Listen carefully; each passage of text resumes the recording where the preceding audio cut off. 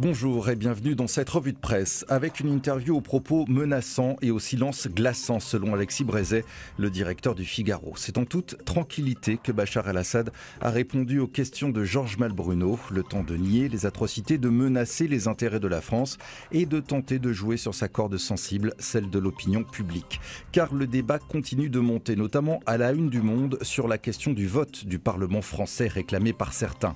Un débat qui doit désormais prendre en compte les preuves apportées par le gouvernement sur les armes chimiques de l'État syrien.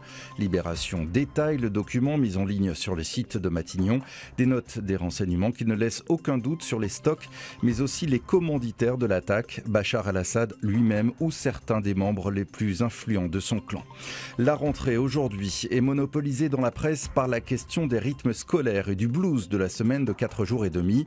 L'occasion, toujours dans Libération, de s'intéresser à la valse des temps de classe qui s'est rétrécie d'un tiers depuis la fin du 19e, notamment en raison des vacances qui se sont allongées, une tendance amorcée en 1922 pour que les enfants puissent aider aux travaux des champs. Mais la rentrée, c'est aussi des peurs, des frissons et des sourires pour ceux qui font le grand saut de la première fois, du côté des 8200 nouveaux enseignants, mais aussi des élèves dont le Parisien a recueilli les impressions.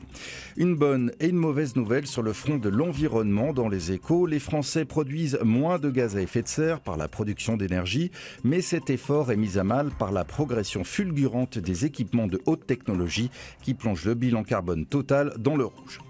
Le mot du jour dans l'équipe, c'est Mercato à la une du journal qui fait le bilan de la saison des transferts des footballeurs et en profite pour dresser le portrait de quelques agents de joueurs, une profession peu connue et visiblement très éprouvante, voire violente.